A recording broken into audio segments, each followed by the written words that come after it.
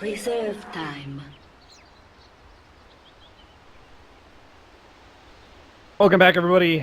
Game number 3 between Team Empire and Vega Squadron. The determining game, which one of these teams is going to be knocked out of the Dota Pick qualifier entirely, and which one of them is going to keep their hopes alive in the lower bracket. I've got Rhyme joining me once again. Rhyme, we already have a lot of the draft unfolding.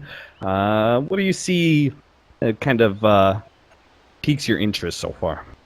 Empire just straight up go, we want Omni. And they're just gonna pick some vaguely offensive hero that doesn't really have much escape or defensive ability to kind of snowball from like 10 minutes onwards with their large array of ganking heroes, which seems to be the most successful strategy, if not the most common. So, Vega, on the other hand, they pretty much set themselves up for almost anything. They could go aggro dueling, they could pick up some hero that ganks quite easily with Wisp, they could get Iceberg, some generic hero that kind of sits there and farms while and then snowballs with the rest of the team when they get their items. So honestly, both these teams are pretty versatile after the first stage. And the Juggernaut and Shadow Demon banned away. Nothing real special about the bans. Axe going to be the first pickup here for Team Empire. Usually a nice pickup versus the Wisp, rather squishy hero that is probably going to be tethered to somebody else. It makes it a nice call target.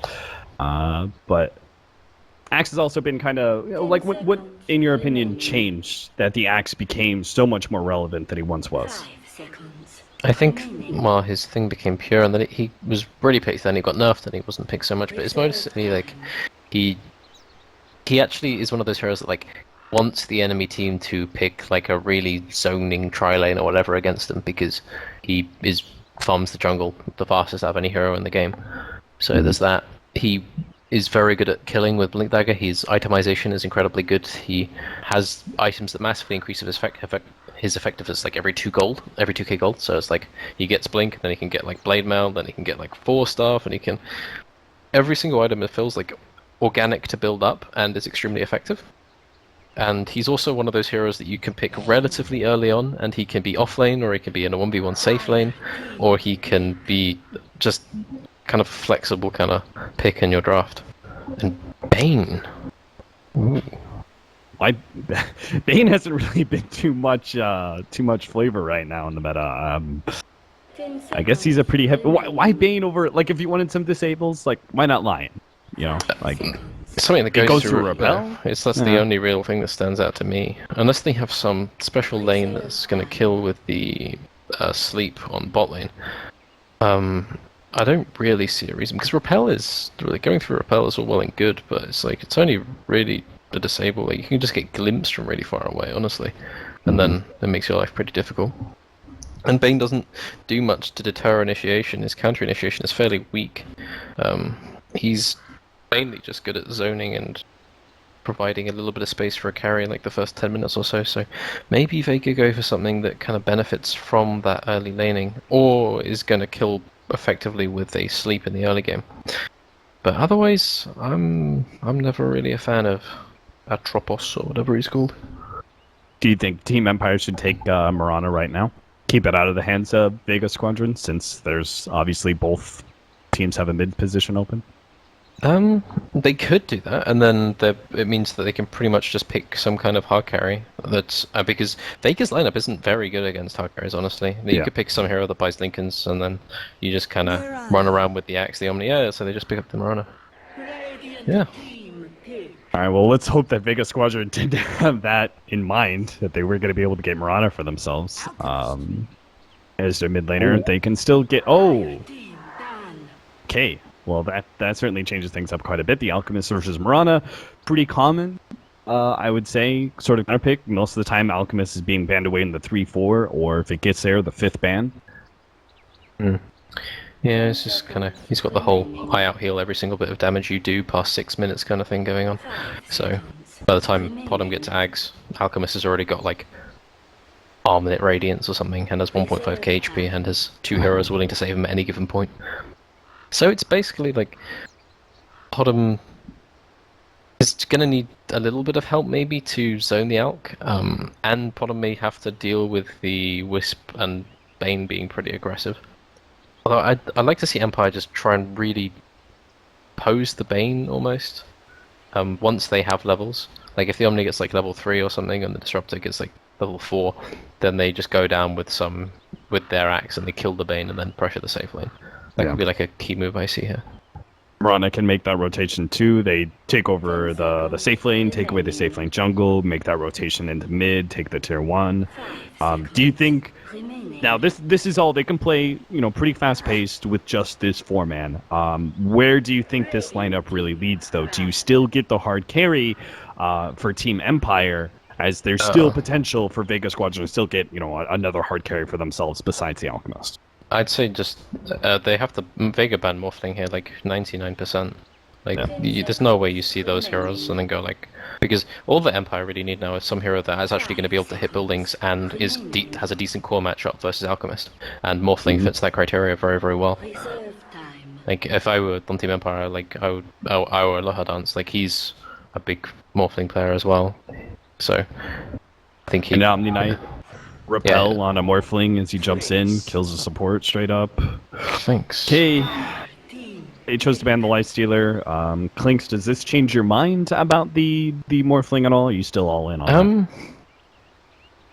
that? It's just a question. Like Morphling, he's good against Alchemist, but the thing is, he has like some natural like power curve like bad matchups versus Alch. So like when Alchemist first gets his Radiance, Morphling like barely has the Lincolns, and then you need to do fancy stuff with the Replica and like delay the game a bit. So they go for the AM instead. It's fairly similar vein of like fairly similar style, but I think this is AM is more the slightly more extreme for Protect 1, where the AM doesn't really want to be involved in anything past like the first few minutes of laning stage, and then the I have a Manta and Vlad's and it's time for me to hit you kind of thing.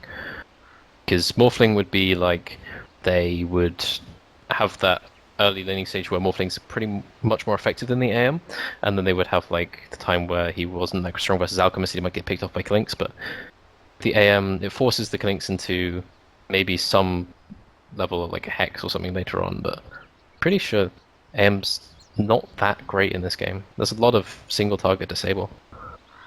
Yeah.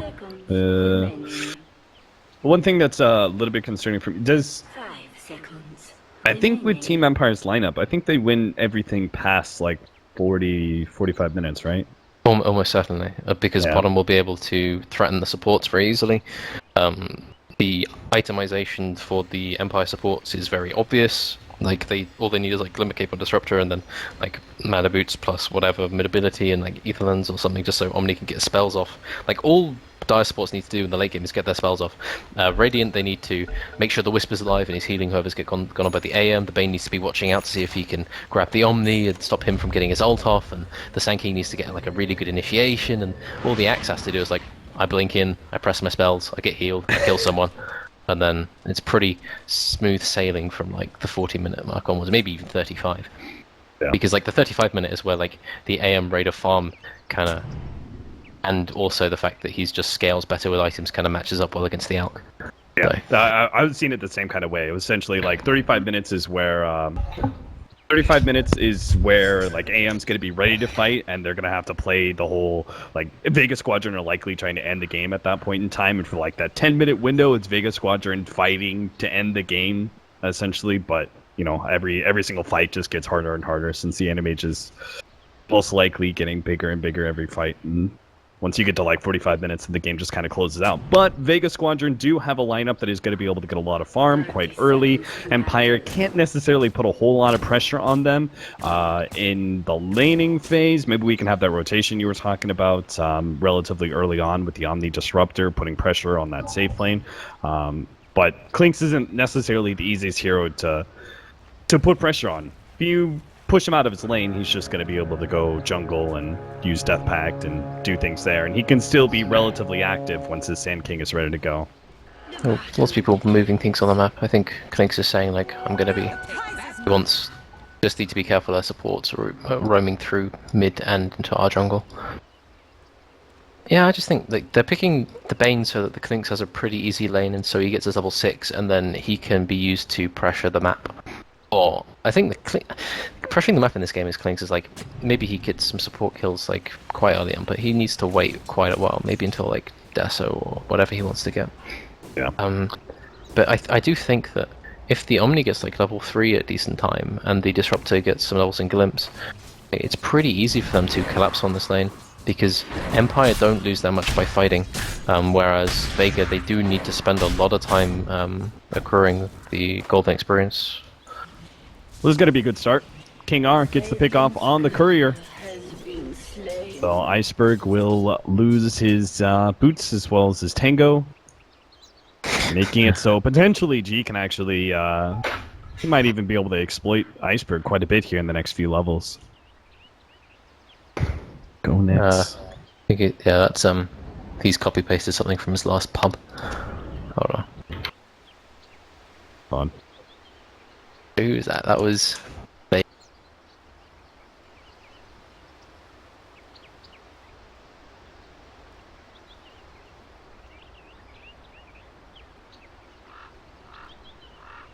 Oh, he doesn't have his pubs on his Dota buff. I would have found someone called Megaton Dash.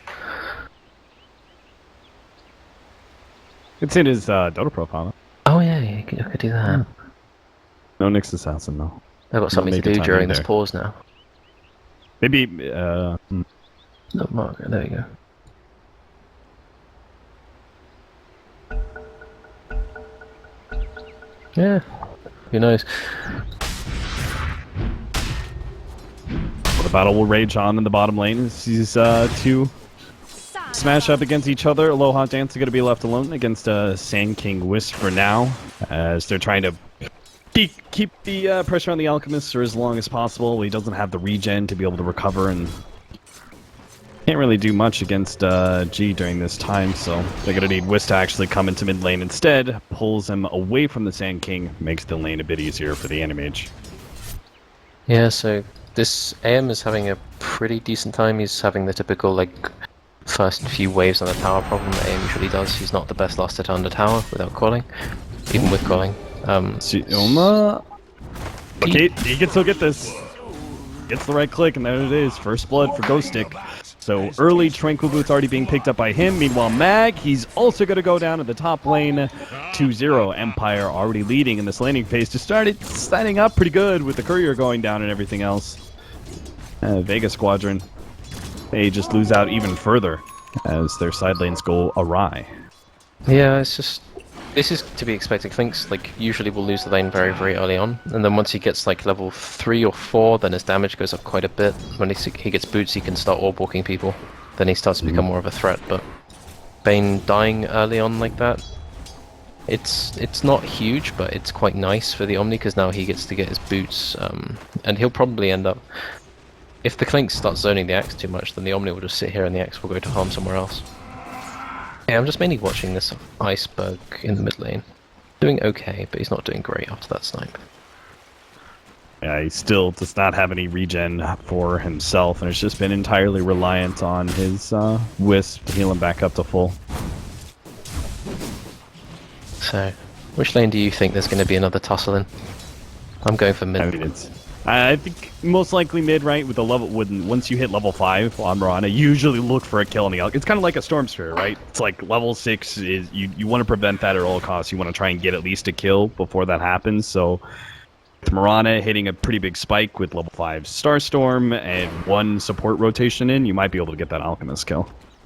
Well, people are pinging the stack next to the Radiant safely. It's a 3 stack, and they have an Omni and an Axe, so assuming that Bane and Clinks can be kept at bay, that can die quite quickly, but it does a lot of damage, so maybe they want to wait quite a bit. Maybe even bring the Disruptor down just to help zone the enemy heroes when they do that. Oh. King are getting a defensive ward for the AM, so they know when people move up to the top lane. And maybe with that wards he can rotate out, maybe help out mid or bottom. Let's see. Yeah, that's mostly what I read this as. Is they do need this Disruptor to move around. Yeah. That's just a malicious arrow. It's like, I'm going to make you miss some CS. Gen picked up for Sioma. Instantly gets taken out by the Omni. Yeah, I'm not a huge fan of the Bane hero. I just don't think it's very useful, but It's provided they get out of this laning phase with decent levels on Bane and Binks isn't absolutely poverty status, he's gonna be okay. I just want to see if this Oh. Like what he's doing there, a little clever. He ran over at the 23-second marker and pulled the camp himself to prevent the Radiant side from doing that. Sure enough, King R tries to set up a kill on mid lane with G picking up his level 6 while Iceberg's still level 4, but unfortunately Vega have read it like a book. They're going to be able to set up their counter gank. Unfortunately for them, they didn't bring any counter vision, and Iceberg is probably still going to go down. Miposhka comes in, they still have the glimpse even, and they burst down the Alchemist. That gank turned so many times. First it was Empire setting up the gank, then Vega counter it, then they don't have counter vision, it all falls apart. Yeah, if they just had vision there, then that would have been pretty good. They would have killed. And then they probably would have realized to get out with the Alchemist in a safer route. But as it stands, they use the maximum amount of time on their supports for the least possible gain. So, yeah, Iceberg's sitting at level 4 now. He needs to be babysat until he gets level 6. He doesn't farm independently very well. He's got his Iron Talon, Helm of Ironwall, so he can farm jungle, like, kind of okay. And they're giving Wisp the XP for now, so... Vega's next move is probably to take a fight with Wisp. But yeah, he buys his bottle now, so he's level 3. He wants to do something, but there's a smoke coming out from Ghostic and King R, and they want to do horrible things to the Glinks. Oh no, they're going for the Alchemist. You're gonna go into the jungle and rotate and cut across where Alchemist is almost always farming around this area. Right as he's about to pick up his level 6, kind of like a Storm Spirit. Don't show up in lane anymore, just get your level 6 off of jungle. Unfortunately, that's a bit too predictable for Empire. They're going to be able to get the call. Heal comes out. FNG trying to use the last bit of his bottle to keep him alive. Alchemist though pulled away from the tether, making it a much easier kill for Ghostic, and FNG will still go down as G dives real far behind the tier 1 tower and claims the extra kill. 5-0 now for Empire. Yep, Podham's sitting on a kill, and he's got his DD rune, so he's probably going to get damage on this mid tower. And it's like, is there any reason for Empire to not sit on this Alchemist with their Axe and with their Disruptor? Because their Omni's getting farm on the bot lane, so the Axe doesn't necessarily need to farm as much in this time. The AM is doing completely fine. Like, Bane, at the same time they did that movement, Bane went top and brain sapped the AM once. That was literally the entire, like, 2 minutes for that Bane. So... Empire are just getting so much more out of every single little movement that they make. That's the beauty. It's kind of like the same thing last game with Team Empire when they had the Axe and the Sand King. It's like both of those heroes are able to stay off map quite a bit, and there's always that constant pressure of, you know, where are they ganking, where they're going to be at. That's the beauty of Axe for sure, is the fact that he's able to jungle, be off map constantly. You never know if he's going to be rotating into mid lane, if he's wrapping around behind bottom lane, and they're just going to sandwich you there. So Vega Squadron kind of have to group up a little bit. You see the Sand King's gonna farm up the jungle near mid FN. He's making his way across. Yeah, I get this feeling that Vega right now, they need to do something so that Empire respect the fact that there are lots of heroes missing, because right now there are a huge number of heroes missing for them.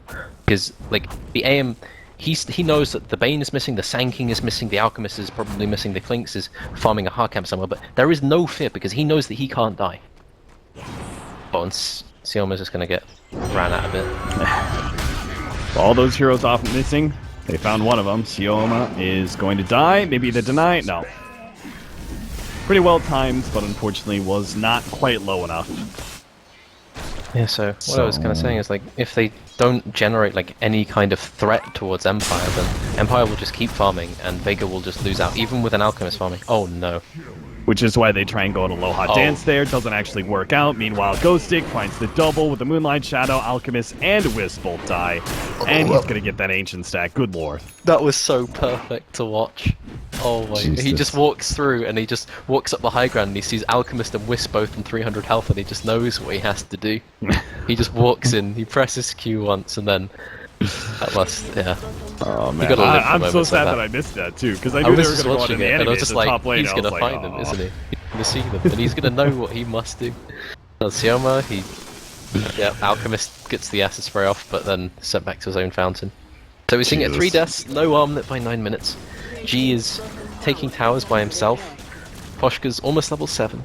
They're getting to the point where they have their ultis on Empire, they've almost got a dagger on Axe as well. And the AM is getting closer to Battle Fury, so the longer this state of the game continues, the harder and harder it is for Vega to come back. Maybe, I think, what they need to do is they need to convince Empire to take a fight that the Wisp can overcharge someone out of. So maybe they get the armlet on Alchemist and then they kind of position him slightly far forward and then save him, and then when they get the Bane Fiend Grip, they kind of punish an overcommittal from Empire. But outside of that, I'm not really seeing much opportunity for Vega.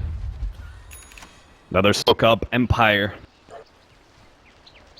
Pedal to the metal. They're going to keep on going here. Empire are going to sweep across with the Disruptor pushing in mid a bit. He's got his Static Storm. Whatever they find underneath this tier 1 tower is most assuredly dead. Arrow comes out, nails Sioma, and they'll catch whatever else they can. Sioma's definitely dead. Looks like... Oh, FNG, that was not the play. Don't go back into that one.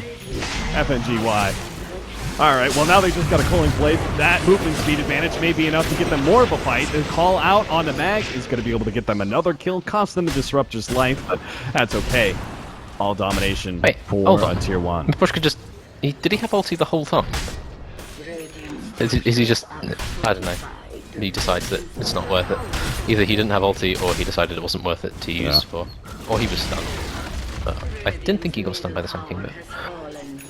Mind me. He just saw Disruptor and he's like, eh.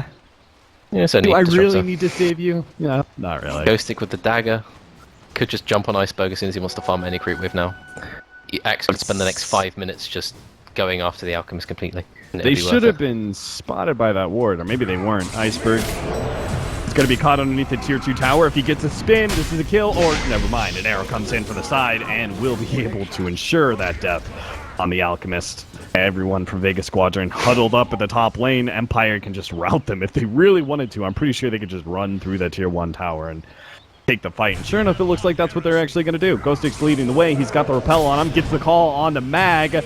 Nightmare goes down. Sioma tries to buy mag some sort of relief. He knows probably giving up his life in exchange for that one. Worth it for the Bane, maybe, to give up his life for the Sand King. But overall, Empire continue to dominate this match. Yeah, imagine being Aloha Dance right now. You've like sat in your lane, you've got complete free farm, you've done everything right, and then you're still getting out farmed by your ex because he's just got like 7 kills. You just wish you were taking part in the game, but you know your job is just to sit and watch your team just do what they do. Must be quite nice, but also at the same time quite irritating. I've had pub games similar to this. I haven't been quite as perfectly played as the Aloha Dance I am right now. So, oh, G's getting gone on, and he walks off. Not exactly what the Clinks wanted at that point. Usually you want to have something coming out of using a strafe, but wasn't to be. And G finishes up a 12-minute Ags. Yeah. FN probably thought, oh, like, leaps down, maybe I can actually threaten the Mirana some. Doesn't realize he has so much stats. Ghostic taking a shot in the dark, but doesn't quite work out. And then they find Sioma, but will they get a glimpse off?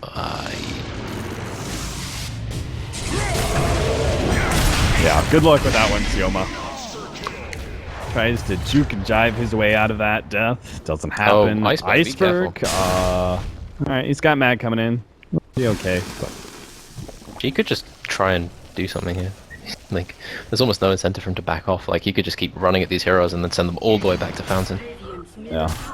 Throws out a random arrow, hoping to get the Wisp. Oh, no, he's looking for a... I don't know what he's looking for there. I was actually somewhat surprised he didn't try and go for the leap arrow onto Iceberg once he dropped low like that.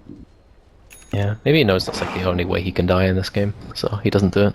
It's like even if like the chance of you dying at like 10% maybe isn't like thing. You've got Ghostic now. He probably is just going to buy a Blade Mail, and then yeah, it's just playing a entirely physical damage carry that doesn't have any escape versus Axe. When Axe is farmed is almost impossible. Playing it versus a moderately farmed Axe with Blade Mail is annoying because you lose half your HP every fight. But playing against an Axe who can literally just sit there and watch as you kill yourself while he loses maybe like 30%, it's not a nice prospect. So pretty much Vega Squadron's only hopes right now are split push, avoid fights, but Empire, it's tough to actually stay ahead of them. They've got the mobility, they've got the Moonlight Shadow aspect, they've got Glimpse, they've got so many ways to be able to catch Vega Squadron in the act of split pushing. And sure enough, they're going to lead with a pick off on Sioma. Could have actually been a whole lot better, but they just nail Bane to the wall and get Ghost Stick a godlike spree. Because normally I'm very careful about like saying that one team it's all hopeless, like everything seems lost, but like there's got to be a point in a game where you say like it's just really difficult because there's an Alchemist on one team and then there's 3 heroes all like 1k, 2k net worth above him on the enemy team. So they do have the idea of getting the Radiance soon, so he's going to get this bot lane to farm for a bit. He's got Wisp to protect him with the overcharge. They have a relocate if need be. So it's just a question of can they make the time in which they farm this Radiance worth the amount of damage that they're losing on the top tower, the amount of farm they're giving to the Anti-Mage. So I think that if they can get this Radiance up, and if the Clinkz can finish his Deso, and they get some key pickoffs on, I think the supports initially, and then use that to take better fights, then they have a chance. But as it stands right now, something pretty miraculous needs to happen. Empire continue to hunt down heroes. Pretty much at any little whim that pops into their head. You see a hero bottom. Yeah, position yourself to chase him down. If you don't get it, whatever, it's fine. Take over the dire jungle. Anti-Mage is farming up your jungle. You know you're getting better farm efficiency as a whole. This might be Squadron. important. Catching the AM would give them time. It would buy them a little bit. So if they go through the jungle with the smoke, they've got maybe 20 seconds left on it. Anti-Mage, they don't even have wards to put down, though. He's getting tempted by this wave. He sees it. He wants it. Mm-hmm. Oh, he's walking right into them. Oh, right there. Oh, we got him. Burrow strike in. There's the Fiend's grip. The TPs very obviously won't be in time. So they all cancel. Empire will just take over mid lane. So finally, they do get the pick off. It punishes the aim. Makes a little bit more scared when it comes to pushing out. And knows that's finally managed to execute a successful gank on him. And that's what they need. Yeah, Empire know they've already used Fiend's grip. They're already in a position somewhere in this top lane that they can actually rout him here. Come out from behind. FNG's going to be the target. Tries to tether away. He gets glimpsed back, though. Again, though, Empire are only finding support pickoffs, so... Yeah, it's pretty good because now, in that time, the AM's died. Now, AM's going to come back to a world where there is an Alchemist with almost a Radiance now. The gap between the Alchemist and the AM closed entirely. And the Clinkz now has a Deso, so... It's just one of those situations where, like, you go, I really shouldn't have died there. Like, he knows how easy the game would have been if he didn't. And now he has to kind of live in the post-apocalyptic world where he's got one death. It's a bit sad. Everything's relative, you see. No. So that means there's a pretty big peak right now, right, for Vega Squadron, because they have the Radiance, they have the Desolator now complete. The Anti-Mage still does not have his Manta, so he's a pretty, like, relatively easy kill to get. Like, they could put some good pressure on Empire. It's just a question of finding the right initiations, because the Empire 4-man here is still quite strong. The Murata, Axe, etc. They're still pretty overly farmed in comparison to the rest. Yeah, it's just a question of when Vega walk down to a lane, are they winning the trade? Because they're getting this tier 1 and they're losing a tier 2 for it. Will Vega get to the point where, if they position themselves, will Empire feel obliged to fight into them? Because if Empire don't feel obliged to fight into them, then Vega have to farm a lot in order to make it worthwhile. So, Clinkz, he has to stay missing almost to kind of dissuade Empire's heroes from like solo pushing out lanes, but he also has to be near the tower. Like he wants to be hitting this tier 2 right now, but he can't because he knows that if he does, then every single Team Empire is either going to TP one by one, making him back off, and then they will farm that area, and then he knows he's going to lose that and farm, or he knows that Empire are going to walk 4 down the lane and take damage on a tier 3. So it's a really hard decision for FN. Empire will eventually back up after taking that tier 2, so maybe all this waiting will come to fruition, but at the same time, if Miposhka's quick enough with that repel, they may miss out. G actually does, he kind of understands what could be happening here. It's just in the wrong direction. They try and go for G. Instead, we'll just have to get Miposhka on the Omni Knight. He gets off a big heal, doing a lot of damage to Vega Squadron, but of course he's dead.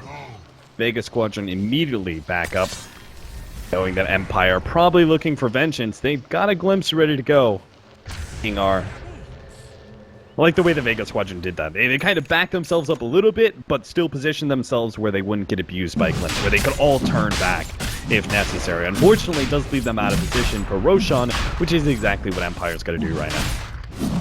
It's been a particularly slow Roshan though. It's they get the flowers and they go, okay, it's time to get Rosh, but Rosh is tankier than it used to be. So they lose. AM actually doesn't farm particularly fast as a result of this, so it's just they have an Aegis on AM now. Whatever they want to do with this, that's up to them, but it's not a huge thing, I think. Because it doesn't really change how they were playing, because they, outside of like a full like 3-4 man rotation, they didn't have any plans of killing AM in this game. It's all about like getting the Clinks to a point where he's scary, getting the Alchemist to a point where it's not easy to kill him. More building up their own cause than it is taking Empires down a peg or two. Once he has that BKB, he will become a lot scarier. Unfortunately, that Blade Mail still poses a problem on Axe, but with the right Death Pacted creep, he should still be healthy enough not to have to worry about a Culling Blade. But again, see if Vega Squadron are able to force the right kind of fight once they have those items. Other than that, Alchemist continues to go down the line. I'm presuming Octarine, Manta, the whole split push build.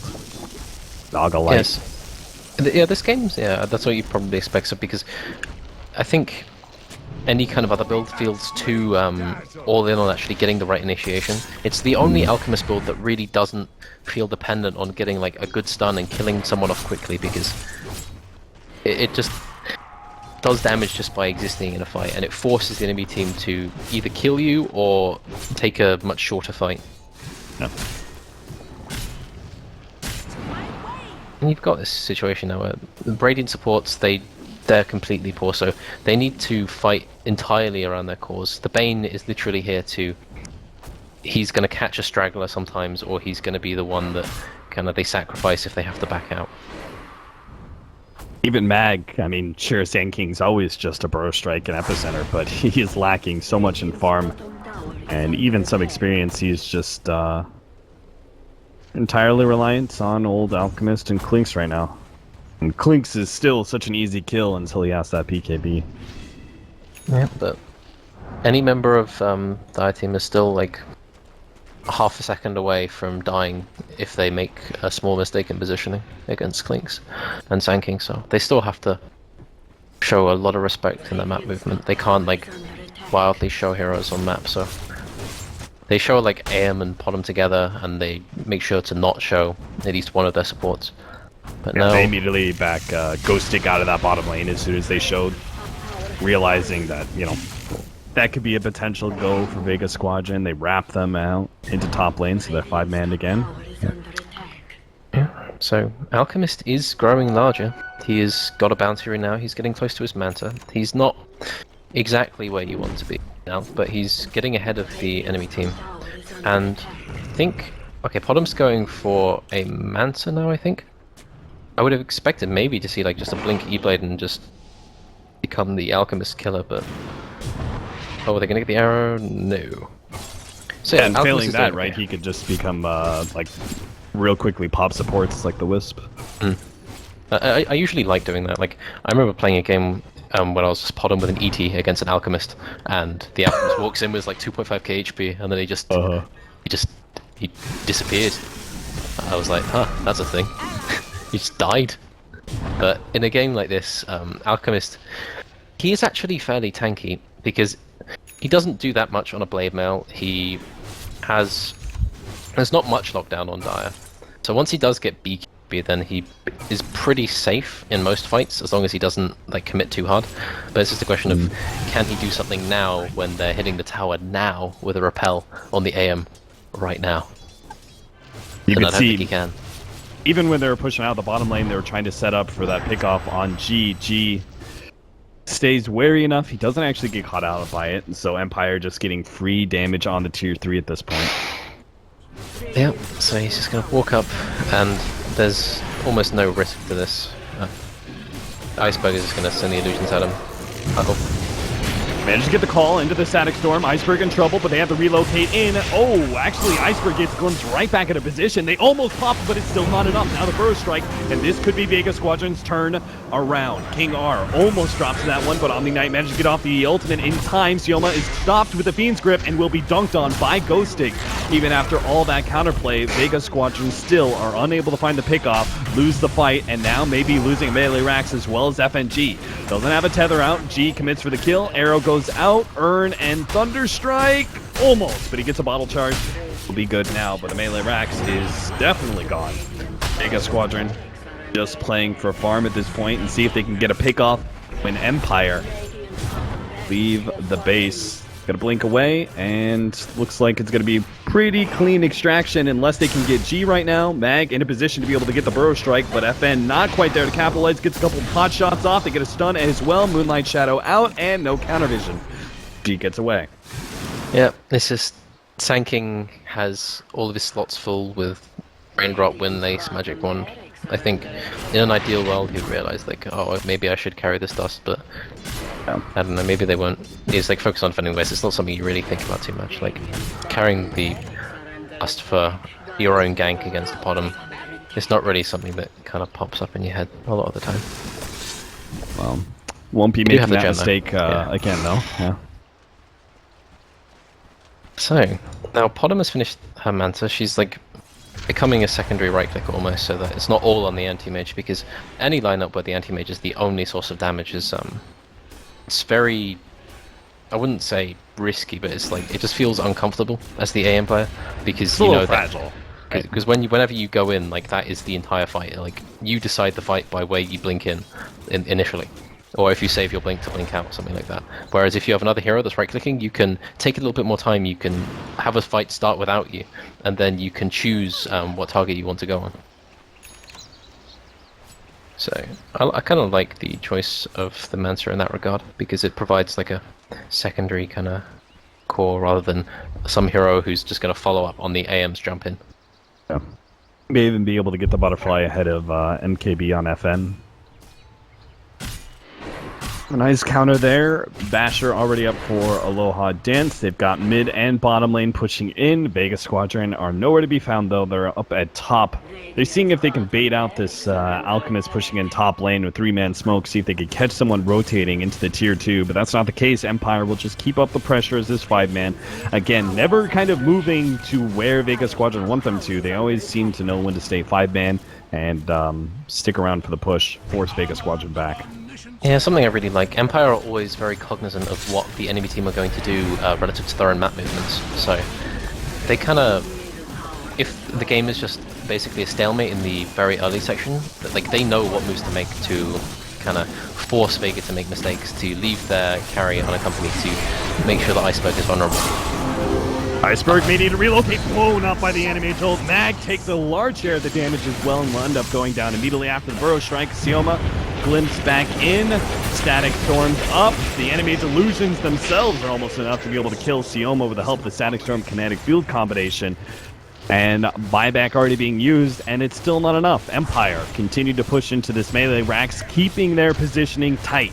Aloha Dance on the front lines. The 4 other heroes way off in the back. Ghostig finds another initiation onto Iceberg. This time around, FN's going to turn around with his BKB, trying to pop Ghostig, but it doesn't matter. Ghostig's coming close to death, and it's going to be the Alchemist with the dieback.